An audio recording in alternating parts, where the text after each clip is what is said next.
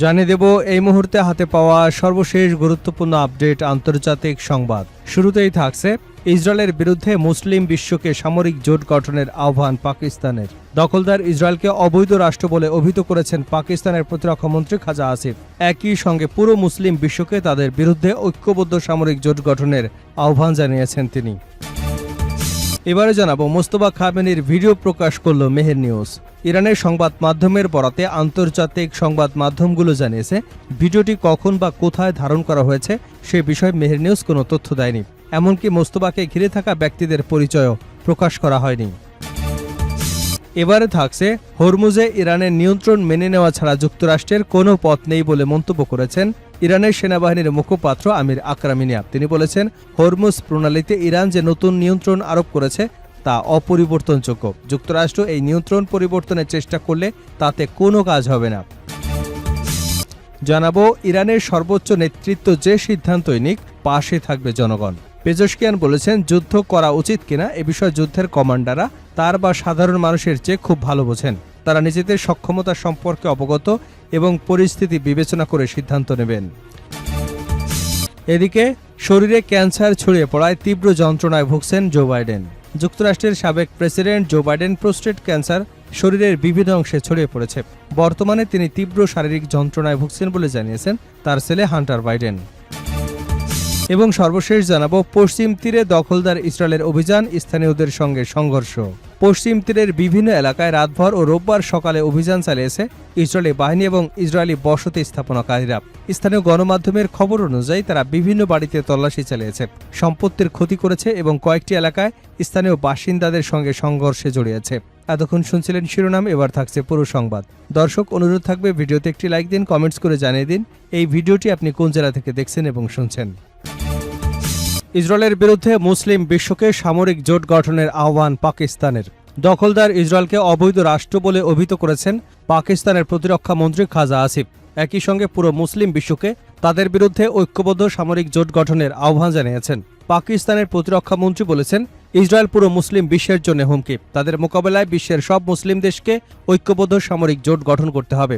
শনিবার পাকিস্তানের একটি টিভি অনুষ্ঠানে গিয়ে এমন আহ্বান জানান তিনি। সৌদি আরব ও তুরস্ককে নিয়ে নতুন সামরিক জোট গঠনের একদিন যেতেই মুসলিম বিশ্বের প্রতি এমন আহ্বান এলো পাকিস্তানের পক্ষ থেকে। খবর টাইমস অফ ইসরায়েল। পাকিস্তানের প্রতিরক্ষা মন্ত্রী খাজা আসিফ বলেন, ইসরায়েলের বিষয়ে সব মুসলিম দেশকে ঐক্যবদ্ধ হতে হবে। এ ব্যাপারে আমার কোনো দ্বিমত নেই। তিনি আরও বলেন, ইসরায়েল হল বেলফোর ঘোষণার একটি প্রোডাক্ট। ১৯৪০ সালের দশকে একটি অবৈধ রাষ্ট্র হিসেবে এটি গঠিত হয়েছিল। ইসরায়েল এ অঞ্চলে যে কোনো দেশের জন্য হুমকি হয়ে উঠতে পারে।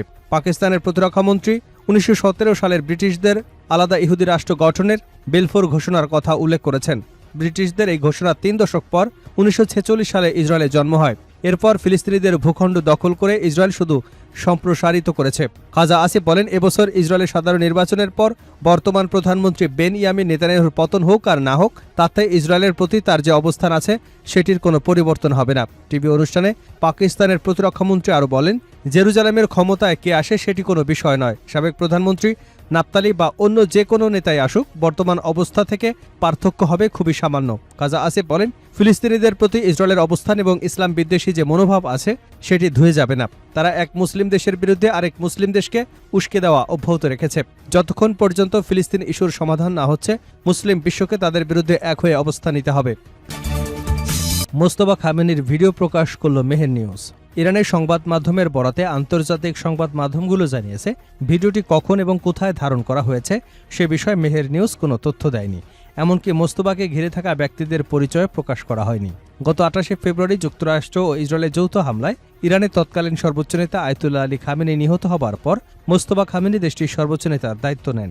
এরপর থেকে তাকে প্রকাশ্যে দেখা যায়নি। তার কোনো ভিডিও বা অডিও বার্তাও প্রকাশ করা হয়নি। তার নির্দেশনা সামাজিক যোগাযোগ মাধ্যমে পোস্টের মাধ্যমে প্রকাশ করা হচ্ছে অথবা রাষ্ট্রীয় টেলিভিশনে পড়ে শোনানো হচ্ছে।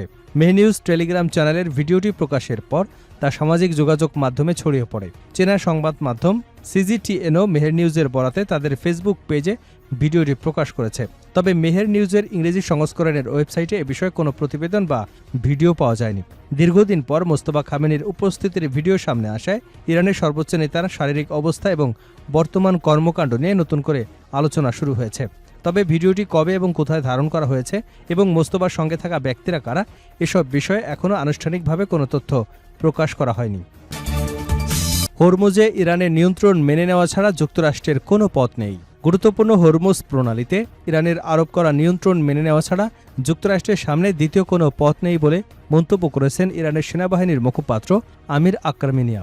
তিনি বলেছেন, হরমুজ প্রণালীতে ইরান যে নতুন নিয়ন্ত্রণ আরোপ করেছে তা অপরিবর্তনযোগ্য।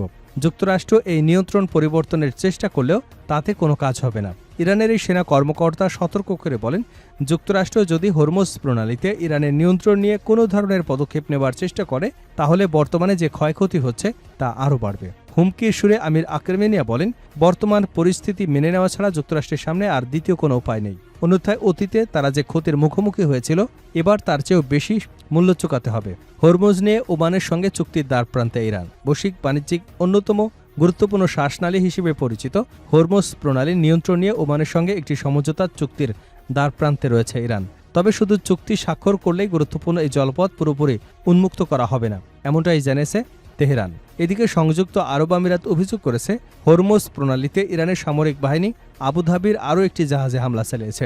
প্রণালীর দুই পাশে অবস্থিত ইরান এবং ওমানের মধ্যে শিগগিরই একটি চুক্তি হতে পারে বলে শুক্রবার জানিয়েছেন নাম প্রকাশে অনিচ্ছুক এক মার্কিন কর্মকর্তা। তার মতে, এই চুক্তি স্বাক্ষরিত হলে হরমুজ প্রণালী দিয়ে স্বাভাবিক তেল পরিবহন আবারও শুরু করা সম্ভব হতে পারে। গত 28শে ফেব্রুয়ারি ইরানে যুক্তরাষ্ট্র এবং ইসরায়েলের হামলার মধ্য দিয়ে শুরু হওয়া সংঘাতের অবসানের অংশ হিসেবে কৌশলগতভাবে গুরুত্বপূর্ণ এই জলপথের নিয়ন্ত্রণ নিয়ে ইরান এবং ওমানের মধ্যকার সম্ভাব্য চুক্তিকে অত্যন্ত গুরুত্বপূর্ণ হিসেবে দেখা হচ্ছে। ইরানের সর্বোচ্চ নেতৃত্ব যে সিদ্ধান্তই নিক, পাশে থাকবে জনগণ। ইরানের সর্বোচ্চ নেতৃত্ব যে সিদ্ধান্তই নিক, দেশটির জনগণ শেষ পর্যন্ত সেই সিদ্ধান্তের পাশে থাকবে বলে মন্তব্য করেছেন প্রেসিডেন্ট মাসুদ পেজেশকিয়ান। ইরানের বার্তা সংস্থা ফার্সের বরাতে এ তথ্য জানা গেছে। পেজেশকিয়ান বলেন, যুদ্ধ করা উচিত কিনা এ বিষয়ে যুদ্ধের কমান্ডাররা তার বা সাধারণ মানুষের চেয়ে ভালো জানেন। তারা নিজেদের সক্ষমতা সম্পর্কে অবগত এবং পরিস্থিতি বিবেচনা করে সিদ্ধান্ত নেন। ইরানের প্রেসিডেন্ট বলেন, নেতৃত্ব যে সিদ্ধান্তই নিক, জনগণ শেষ পর্যন্ত তার সঙ্গে থাকবে। এমনকি প্রয়োজন হলে মৃত্যুর আগ পর্যন্ত লড়াই চালিয়ে যাবার কথাও উল্লেখ করেন তিনি। পেজেশকিয়ান আরও বলেন, যুদ্ধ বা প্রতিরোধের অংশ হিসেবে তিনি ভয় পান না, বরং এ ধরনের পরিস্থিতিতে তারা প্রায়ই নিজেদের ঝুঁকির মুখে ফেলেন। সম্ভাব্য হত্যা চেষ্টা নিয়েও মন্তব্য করেন পেজেশকিয়ান। তিনি বলেন, একদিন তাদের হত্যা করা হলেও সেটিকে তিনি ভয় পান না। ইরানের প্রেসিডেন্টের এই মন্তব্য এমন এক সময় এলো যখন দেশটির নেতৃত্বের সিদ্ধান্ত এবং আঞ্চলিক সংঘাতের পরিস্থিতি নিয়ে উত্তেজনা অব্যাহত রয়েছে। শরীরে ক্যান্সার ছড়িয়ে পড়ায় তীব্র যন্ত্রণায় ভুগছেন বাইডেন। যুক্তরাষ্ট্রের সাবেক প্রেসিডেন্ট জো বাইডেনের প্রোস্টেট ক্যান্সার শরীরের বিভিন্ন অংশে ছড়িয়ে পড়েছে। বর্তমানে তিনি তীব্র শারীরিক যন্ত্রণায় ভুগছেন বলে জানিয়েছেন তার ছেলে হান্টার বাইডেন। শুক্রবার বিবিসি নিউজ নাইট অনুষ্ঠানে দেওয়া এক সাক্ষাৎকারে হান্টার বাইডেন বলেন, তার বাবার ক্যান্সার হাড়ে ছড়িয়ে পড়ার পাশাপাশি শরীরের অন্যান্য অংশেও ছড়িয়ে পড়েছে। এই রোগ তাকে শারীরিকভাবে অনেকটা দুর্বল করে দিয়েছে। তবে জো বাইডেনের এক মুখপাত্র হান্টার বাইডেনের এসব বক্তব্যের বিষয়ে কোনো মন্তব্য করতে রাজি হননি। 2025 সালের মে মাসে হোয়াইট হাউস ছাড়ার 4 মাসেরও কম সময় পর জো বাইডেন জানান তিনি আক্রমণাত্মক ধরনের প্রোস্টেট ক্যান্সারে আক্রান্ত হয়েছেন। তখনই তিনি জানিয়েছিলেন ক্যান্সারটি তার হাড়ে ছড়িয়ে পড়েছে। এরপর একই বছরের অক্টোবরে বাইডেনের একজন মুখপাত্র জানান তিনি ক্যান্সারের চিকিৎসায় রেডিয়েশন থেরাপি এবং হরমোন থেরাপি নিচ্ছেন। 2020 সালে নির্বাচনে জয়ী হবার সময় জো বাইডেন ছিলেন যুক্তরাষ্ট্রের প্রেসিডেন্ট নির্বাচিত হওয়া সবচেয়ে বয়স্ক ব্যক্তি। 2021 থেকে 2025 সাল পর্যন্ত প্রেসিডেন্টের দায়িত্ব পালনের সময় তার শারীরিক সক্ষমতা এবং মানসিক তীক্ষ্ণতা নিয়ে ব্যাপক আলোচনা হয়েছিল।